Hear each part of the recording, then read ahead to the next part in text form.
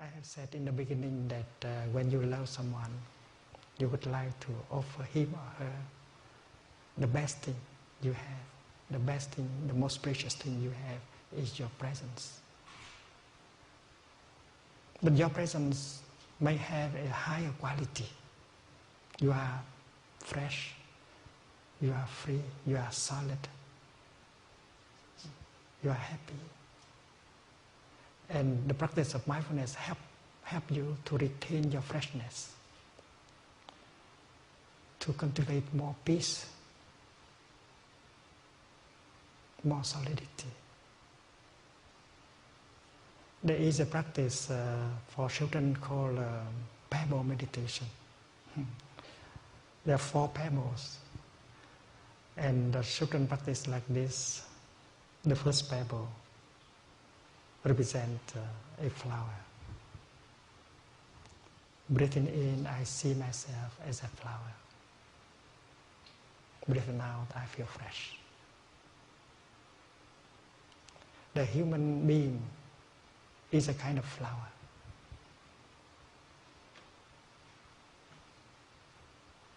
And if you don't know how to practice, and then we will lose our freshness. And we do not have much to offer the person we love. So practicing mindful breathing or walking and restore your freshness, your flowerness, is something possible. Releasing the worries, the fear, the anger, and restore your freshness is something that you can do while sitting or walking. The children practice breathing in, I see myself as a flower. You don't have to imagine yourself as a flower, because the human body, the human being is very beautiful. It is a real flower. Look at the child. Look at her face. Her tiny hand, his tiny foot is a real flower. It's beautiful when the child sleeps. It's beautiful when the child is awake and play. And we are born as flowers. And it is possible for us to preserve our flowerness, our freshness, our beauty. The second pebble, breathing in, I see myself as a mountain.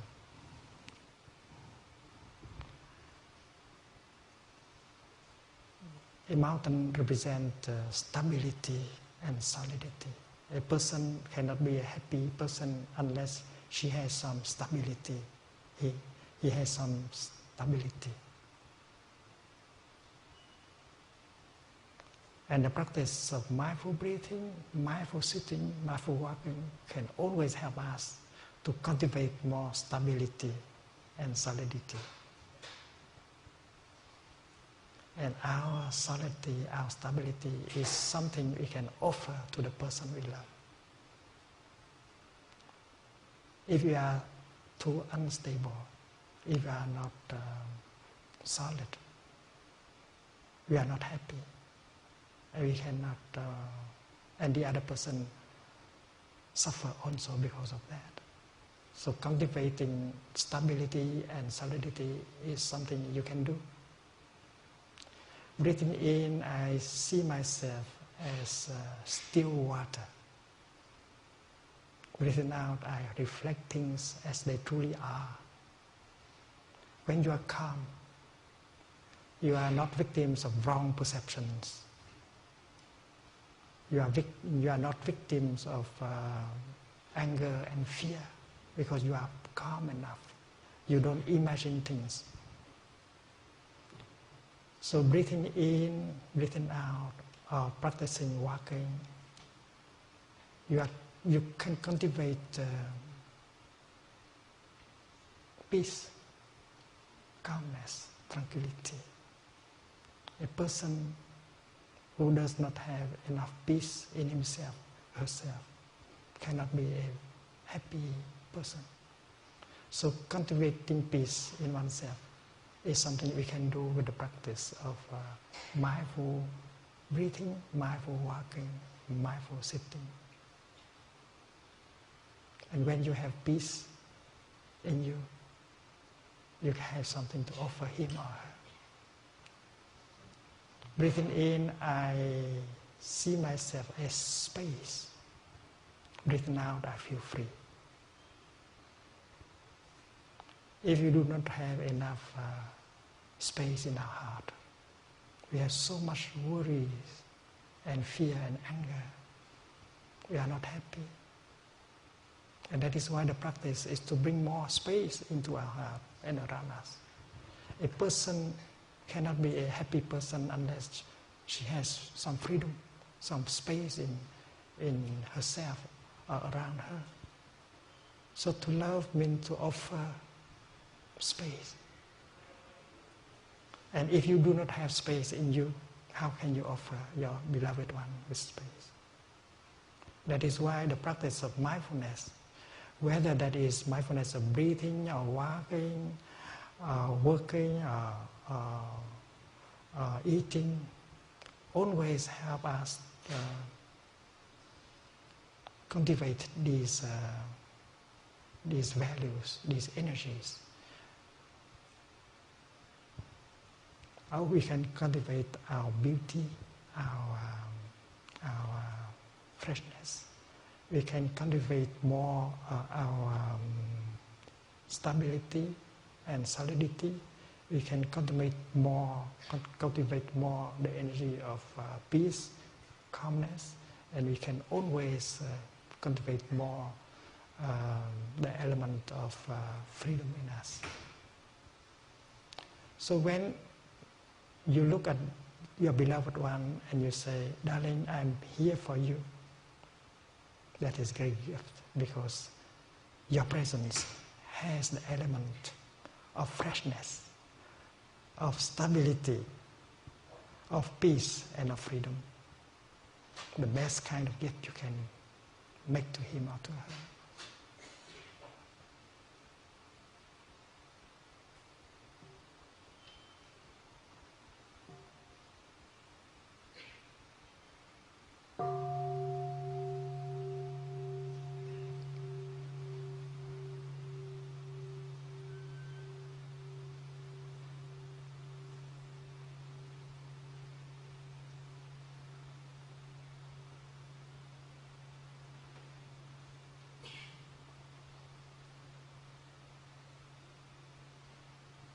That presence generated by the practice of mindfulness, of breathing or walking, that presence is for you first, for us first, and then for the other person.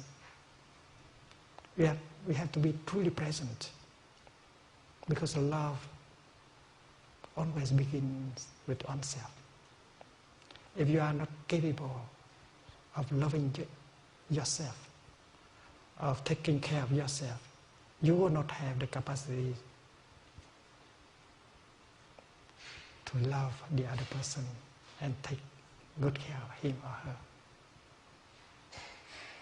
And that is why loving oneself is the foundation for loving the other person. And there are practices that everyone can do in order to care for oneself, in order for us to be able to care for the other person and for the world.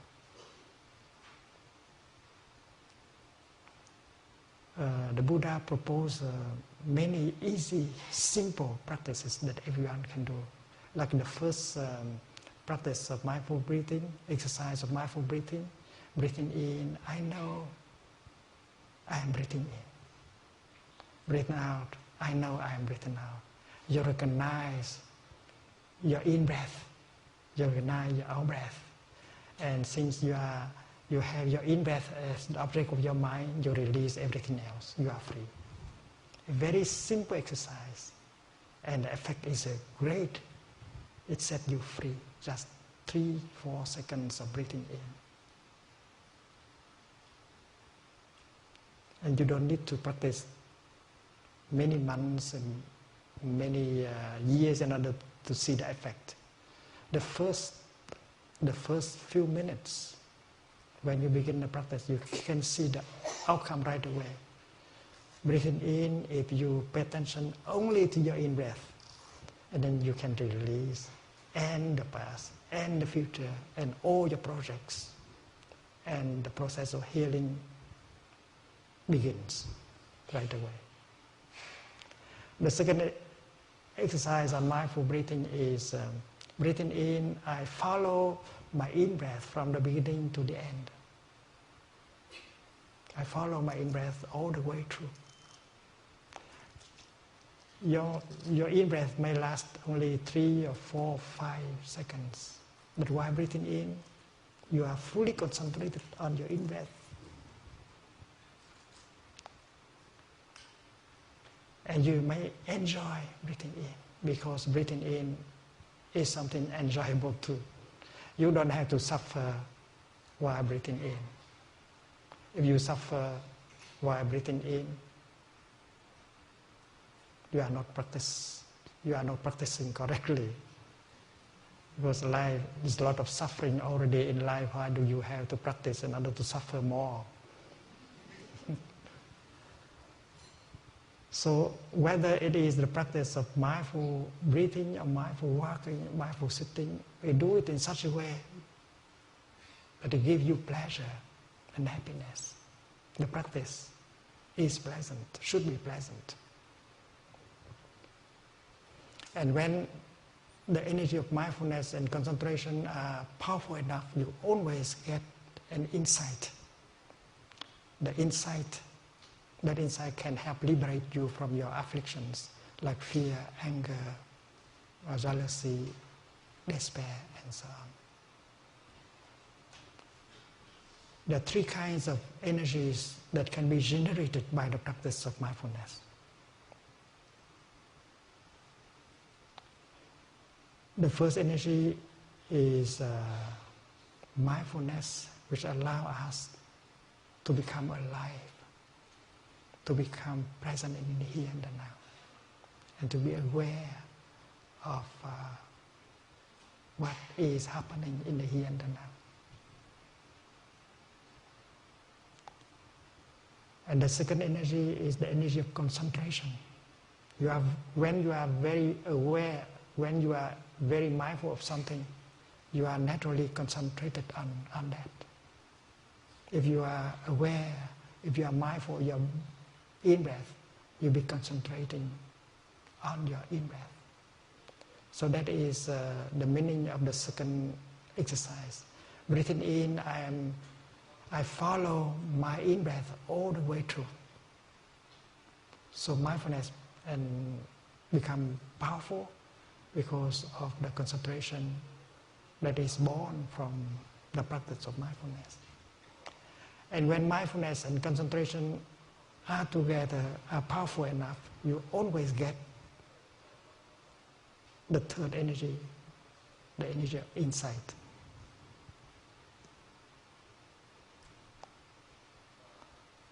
Insight, in this case, does not come from thinking, but from mindfulness.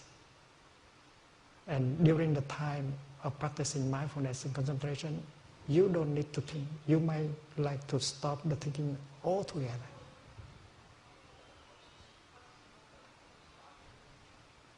Insight as the outcome of non-thinking. When you breathe in mindfully and with concentration, we might discover many things. We might discover the fact that we are alive. Many do not know that they are alive.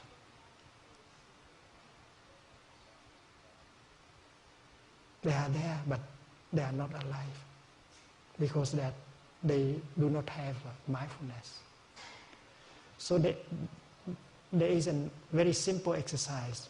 Breathing in mindfully, I feel alive. And this is the truth.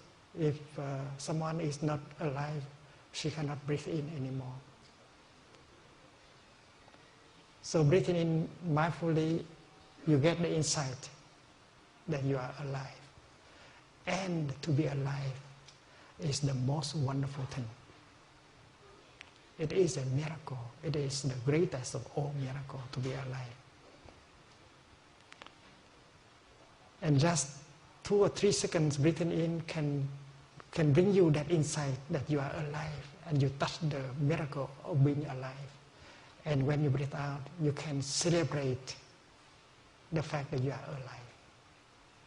So happiness is possible, joy is possible just by one in-breath and one out-breath. And it's nourishing and healing.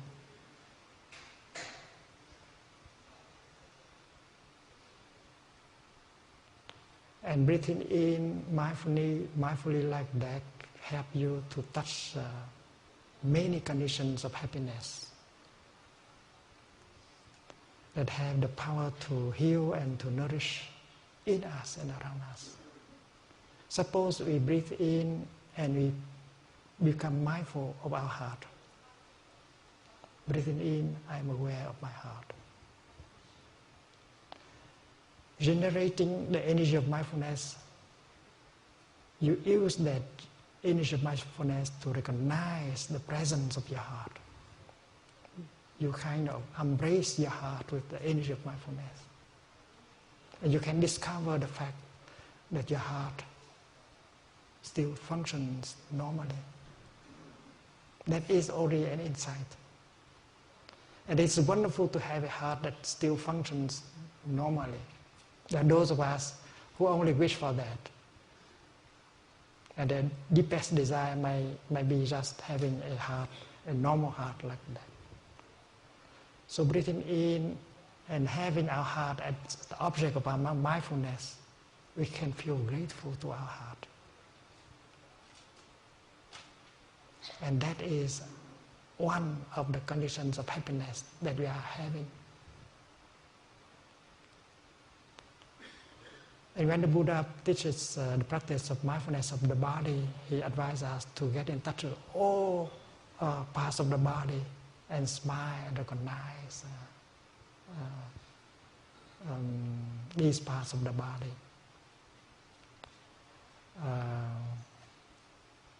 There is an exercise of deep total relaxation that we will try today. We put ourselves in the lying position and we begin to breathe in and out mindfully and recognize part of our body. It's like a scanning our body, not with X-ray, but the ray of mindfulness. You recognize your eyes, breathing in, I am aware of my eyes. Breathing out, I smile to my eyes. Recognizing the presence of your eyes. And you might get the insight that, well, my eyes are still in good conditions. A paradise of forms and colors is available to me just because I still have eyes in good condition. You need only to open your eyes in order to touch the paradise of form and color. That is another condition of happiness. And we go through the body and recognize every part of the body. And when we come to a place that is a little bit ailing, we may like to stop longer and embrace with compassion and tenderness that part of the body that is ailing. That practice of being aware of the body can help heal the body. You can still continue with your with the medicine, but to relax our body, to embrace tenderly that part of our body with mindfulness practice can accelerate, can help very much the healing, can make the healing happen more quickly. The third exercise, breathing in, I'm aware of my body, is part of that exercise. And the fourth exercise is breathing in. I release all the tension in my body. The body has the power to heal itself only if we allow it to do that. When an animal in the forest gets wounded, deeply wounded, she knows what to do. The animal finds a quiet place and lie down. She knows deeply that resting is the only way to heal. The animal does not think of looking for food or running after an animal. She knows that the best thing is to just lie down. Because the body has the natural tendency, natural power to heal itself. We human beings, we used to have